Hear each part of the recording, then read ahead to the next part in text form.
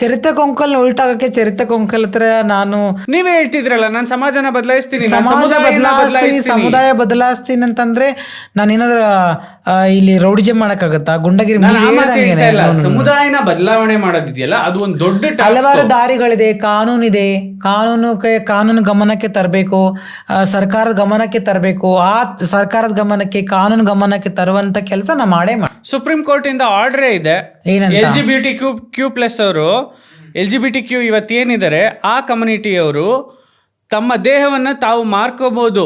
ಅಂದ್ರೆ ಯಾವ ರೀತಿಯಲ್ಲಿ ತಾವು ಇಷ್ಟಪಟ್ಟಾಗ ಮಾತ್ರ, ಅದನ್ನ ಮಾರ್ಸುವ ಹಕ್ಕು ಯಾರಿಗೂ ಇಲ್ಲ. ಹೌದು, ನಿಜ. ಅದನ್ನ ಎಲ್ಲರೂ ಮಾಡ್ತಾ ಇದ್ದಾರೆ. ಇವತ್ತು ಕೇಳೋರು ಯಾರಾಗಾದ್ರೆ? ಕಾನೂನು ಏನ್ ಮಾಡ್ತಾ ಇದೆ? ಕಾನೂನು ಸರ್ಕಾರ ಅಲ್ವಾ? ನೋ, ಸರ್ಕಾರದಲ್ಲಿ ನಾನೊಂದು ಪಾರ್ಟ್. ಸರ್ಕಾರದಲ್ಲಿ ನಾನು ಒಂದು. ನೀವ್ ಎಚ್ಚರಿಸಬೇಕು ಸರ್ಕಾರನ ಚರಿತಾ. ಖಂಡಿತವಾಗ್ಲೂ ಆ ಕೆಲಸ ನಾವು ಮಾಡ್ತಾ ಇದ್ದೀವಿ. ಯಾವ್ದಾವ್ದು ಸರ್ಕಾರದ ಗಮನಕ್ಕೆ ತರಬೇಕಾಗಿದೆ ಇವತ್ತು ಸರ್ಕಾರದ ಗಮನಕ್ಕೆ ತರ್ತಾ ಇದೀವಿ. ನಮ್ಮ ರಾಜ್ಯದಲ್ಲಿ ಬೇರೆ ರಾಜ್ಯದವರು ಹೋರಾಟ ಕಟ್ಟಬಾರ್ದು. ಆ ನಿಟ್ಟಿನಲ್ಲಿ ಹೋರಾಟ ಮಾಡಿರೋದಕ್ಕೆಲ್ಲ ಅವಕಾಶ ಸಿಕ್ಕಿರೋದು ನನಗೆ ರಾಜಕೀಯ ರಂಗದಲ್ಲಿ. ಎಸ್, ರಾಜಕೀಯ ನನಗೆ ನೋಡಿ, ನಾನು ಜಸ್ಟ್ ಹೋರಾಟಗಾರ್ತಿ ಆಗಿದ್ದೆ. ಇವಾಗ ನನಗೊಂದು ಪ್ಲಾಟ್ಫಾರ್ಮ್ ಸಿಕ್ಕಿದೆ, ನನಗೊಂದು ವೇದಿಕೆ ಸಿಕ್ಕಿದೆ. ನಾವು ಇವಾಗ ಸ್ಟೆಪ್ ಬೈ ಸ್ಟೆಪ್ ಹತ್ತಾ ಇರೋದು. ಖಂಡಿತವಾಗಲೂ ಮುಂದಿನ ದಿನಗಳಲ್ಲಿ ಬದಲಾವಣೆ ಬಂದೇ ಬರುತ್ತೆ.